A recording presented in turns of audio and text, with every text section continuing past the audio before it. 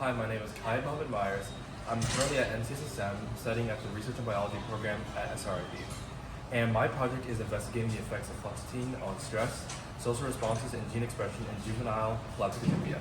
So, to get started, I'm going to talk to you guys about PCR, which is a pretty vital part of my project. So, with PCR, I'm basically going to be measuring the amount of expression of the dopamine transporter in Rbio. Right. So, right now I'm basically testing to see whether or not this gene exists in Rbio by using gel electrophoresis, which is semi-quantifiable.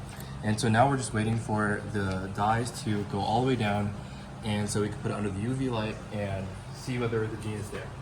So next, I want to talk about my behavioral assays. So this is an exploratory assay, and we have two cups or two shelters. And so underneath the two shelters, we have a filtered paper, which will have one will have the social odor and one will have the vanilla odor. And so this is basically just to test their stress response to see how well they modulate their social decisions under different conditions, such as social isolation or being in groups, or even when they have fluoxetine added to their bodies. And so next we have our other behavioral assay, which is our Y maze.